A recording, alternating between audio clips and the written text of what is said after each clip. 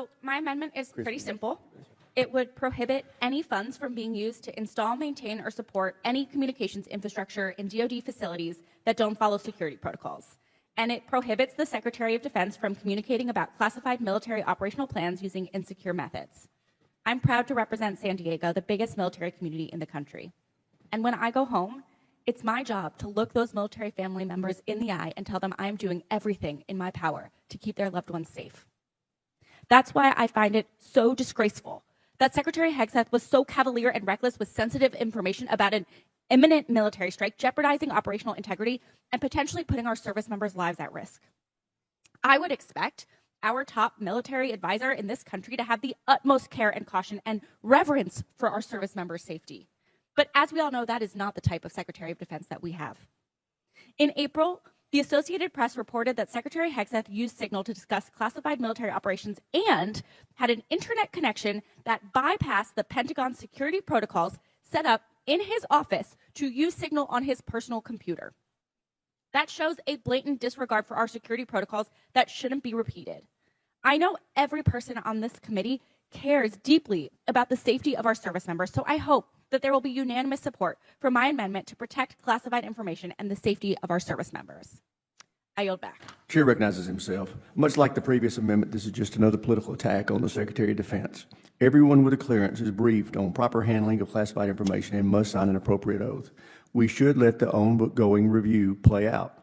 Any action before that process is complete would be premature. I oppose the amendment and now recognize gentlelady from Pennsylvania, Ms. Houlihan. Thank you, Mr. Chairman, and I am rising in support of Ms. Jacobs' amendment, which is a more narrow version of Mr. Ryan's 5494.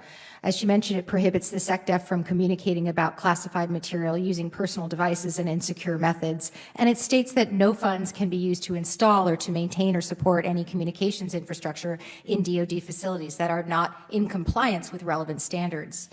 Rules for thee and not for me seems to be the law of the land right now when it comes to the Secretary of Defense. When I held a top secret clearance in the Air Force, how to manage sensitive information was practically drilled into me, as it is into all of our service members. And if I had done what Secretary Hegseth did as a junior officer, I would have resigned and likely expected to be prosecuted and perhaps jailed. Secretary Hegseth seems to have forgotten his training, or perhaps has no regard for how it applies to him, all while he talks relentlessly about leaks and accuses people of being untrustworthy and disloyal to the administration and to this nation. More than once, he's used a publicly available and non-secure and non-approved messaging app to share details about forthcoming military action, despite having every tool at his own disposal to have these classified conversations in secure networks.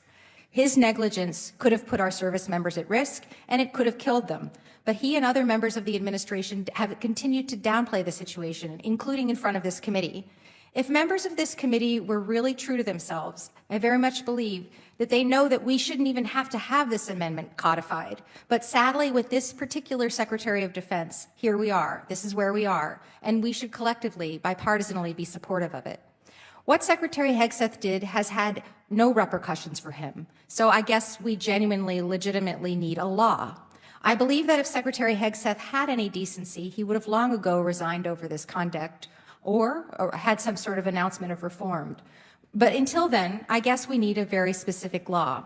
So I ask the committee to be supportive of this amendment. And as Mr. Bacon said, if there are other ways other than the previous amendment to perhaps be supportive without restricting the funding at a 75% level, he perhaps would be supportive of that. I would ask the committee members to really think within themselves, dig deep, and understand that we only need a couple of us to step forward, in addition to the ones who already have, to decry this particular behavior and to support this particular amendment. And with that, I yield back. Gentleman yields back. Chair, and I recognize gentleman from Georgia, Dr. McCormick. Today on Capitol Hill, a heated debate unfolded over an amendment from Representative Sara Jacobs aimed at tightening security protocols for communications inside Department of Defense facilities.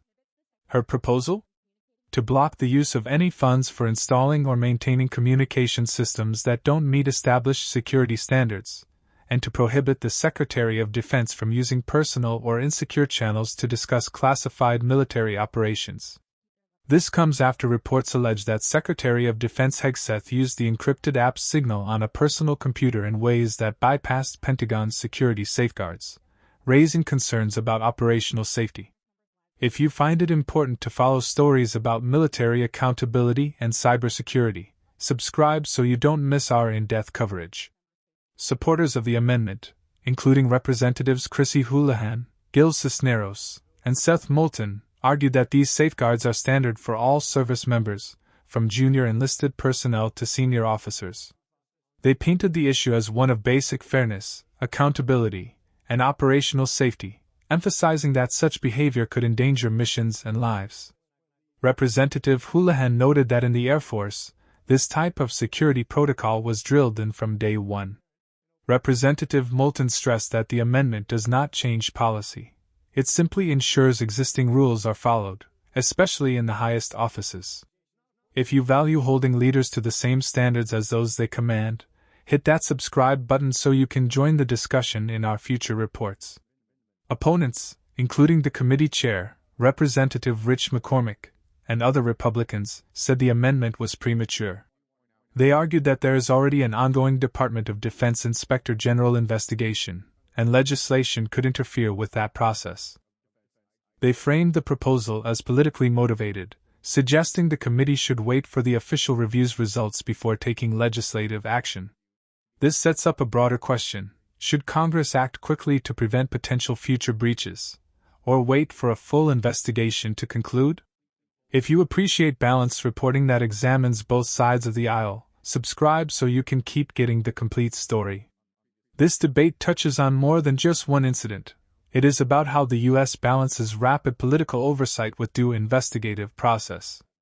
It also reveals ongoing partisan friction over defense leadership, especially in high-stakes security matters. Whether you see this as necessary reform or political theater, the discussion highlights a core truth. In the age of cyber threats and global adversaries, the security of military communications is not just a technical issue, it is a matter of life and death. If you think these debates deserve public attention and clear, fact-driven analysis, make sure to subscribe so you don't miss our breakdowns on the next big vote.